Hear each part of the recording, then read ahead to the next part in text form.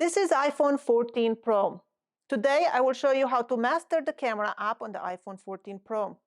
Did you know that you can take a photo with your phone completely hands-free without any shutter remote or headphones or anything, just by saying, "Hey Siri, turn up the volume." And just like that, we took a photo. This could come very, very handy when you're out with your family or friends and you want to take a photo of a group photo and you don't want to ask a stranger for help. I will show you how to set that up in a second. Now, when you first open the camera app, you will find 4 video tabs. You will find the time-lapse, slow motion, cinematic, and video, and then 3 photo tabs: photo, portrait, and pano. When you are on photo mode, you will find 4 little circles that will tell you the zoom and which lens you are using. Now there are 4 circles, but we only have 3 lenses. We have the wide angle lens, we have the ultra wide, and the telephoto lens. 1X and 2 uses the same lens, that is the wide lens, the 48 megapixel lens. And when you use it at 2 times magnification, it will just crop in 2 times magnification, but using the same lens, and you will end up with 12 megapixel image versus the 48 if you use it at 1X. Now, you also have even more settings. If you go to this arrow over here on the top, you will see you have a whole bunch of settings that it will pop up, like flash. You can also control the flash from the shortcut over here on the top, but this one will only turn it on and off. If you go over here, you will give flash auto on or off. Then we have the live photos. I will get to that in a second. Over here, we have the photographic styles, and this is different than filters. The photographic styles are being applied when you take the photos, not after. So you can see you have rich contrast, vibrant, warm, standard, and so on. And then you can go and, customize this, like the tone. You can change the tone in it. You can change the warmth in it, and so on. For now, I would leave it into standard because that's the way I like to keep my photos. Then we have the aspect ratio. For aspect ratio, we have the 4:3. We have square, which is great for Instagram. We have 16:9, which is great for video. And that is our aspect ratios. Then we have exposure compensation. And this is a great one to use. I often use it, and you can see, I don't think this picks up in camera because it's very light background, but we can choose our exposure to make it darker or lighter, and you can control this straight from your screen with a touch screen. I will show you how to do that in a second. And then over here we have a timer. This is timer off, 3 seconds or 10 seconds timer. And what else do we have? This is where your filters are. I'm going to keep it on the original. And then we have the raw. You can turn raw off or on. You can also do it from this shortcut over here. I'm gonna keep it off for now. So those are found over here under the little arrow on the top. You will have all those settings popping up.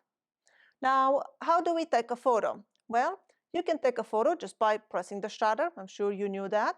You can also take the photo just by pushing the up or down volume button. So if I do that, you see it will take a photo. If I go to the up button and I hold down the button, it will start taking a video. So now we are recording a video, and when I let go of the button, it will stop recording the video.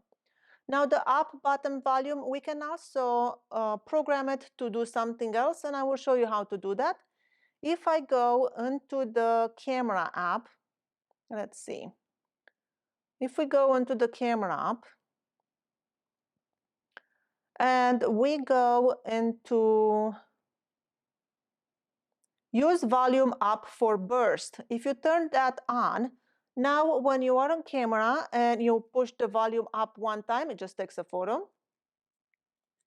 And then if I hold it down, it will take a burst. So now you have a burst of photos right over here, and then you can scroll through them and select which one you want to keep. Another way to take a burst photo is to hold down the shutter and drag it to the left, and that will take a burst photo as well. So this is in photo mode. You also have RAW, where you can turn it on or off, or you can also go into the camera settings and change for the RAW format over here. You can choose to have 48 megapixels or 12 megapixels depending on how much space you have on your phone. If you want to zoom into an image to change lenses, you can either pinch and zoom, which is not very intuitive and it's finicky. Or, let's go back into photo. You can hold down over here on this dial and you can do an zoom just like that by dragging it. And you can see under the 0.5, it says is the 13 millimeter lens, under 1 is the 24 millimeter lens, and then under 3 times magnification, it's a 77 millimeter lens. And then you can go all the way to 15 times magnification with optical zoom. Great. What else can we do? Well, let's go into portrait mode. Portrait mode, it's very interesting. Let me move my character a little bit here. So now when we choose where do we want to focus, now we have this F button over here, and here we can choose our aperture. So if I click on that, right now we are at aperture 4.5. If I move it towards the left, I can really blur the background. Look at our little guy, it's completely blurry, and she is in focus. If I move the aperture more towards the right, more of everything becomes in focus. And I can go all the way to f16, and now they're both in focus. So again, let's go to 1.4. Now he is really blurry, even though they're only about 3 inches from each other. So she is in focus, and he is blurry. I can click on him. Now he is in focus, and she is blurry. Now into the portrait mode, we also have these filters. Right now we are on studio light, we can do contour light or stage light. You can just play around with this, they're just fun to play with. And I'll keep it on standard for now. What else can we do with our phone? You can, as you saw, you can click to focus. I can choose to focus on her or on him.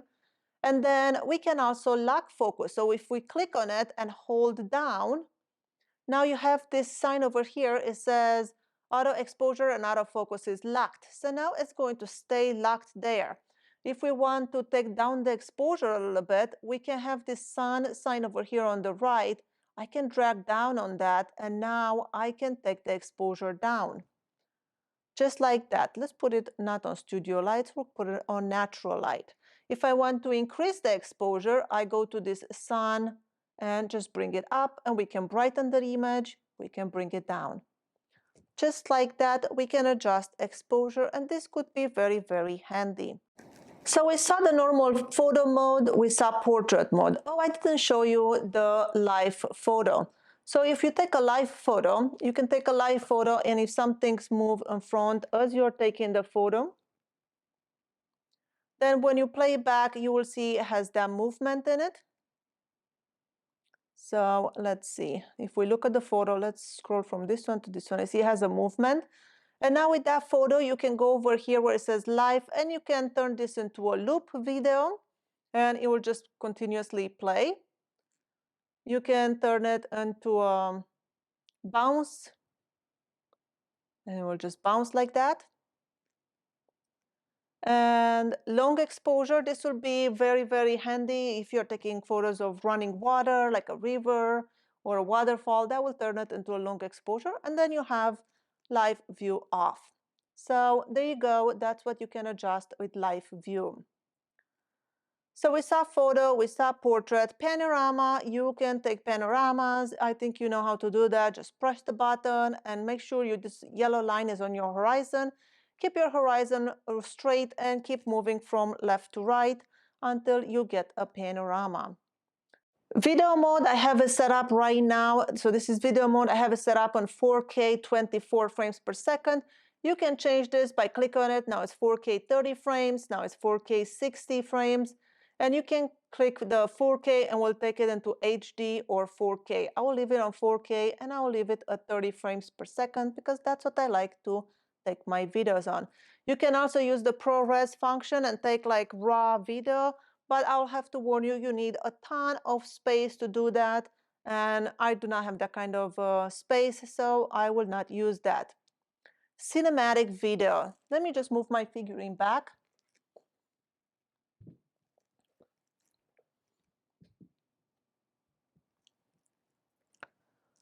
Cinematic video is just kind of like portrait mode, but for video. I can focus on my girl figurine, or I can focus on the boy figurine. And you can see how it's blurring the focus very, very nicely. Also, you have the F button over here, so you can adjust if you are more blurry. Like right now, it's very blurry. You see how blurry he is? Or I can move the F stop to the right, to the F16, and now they're both in focus. So when you take a video, you can blur your background based on that f-stop that lives right over here. There's also the arrow, just like we had in photos, and this will show your flash or exposure compensation. If we want to make the image darker, we can bring the exposure compensation down, or we can make it brighter by bringing it to the right. So we'll keep it at 0. And then F number, it's back in here as well. So you can use either this one or this one over here. Right now, it's set at F2. So we saw the video, we saw the cinematic, the last one, well, not the last one, but slow motion is the next one.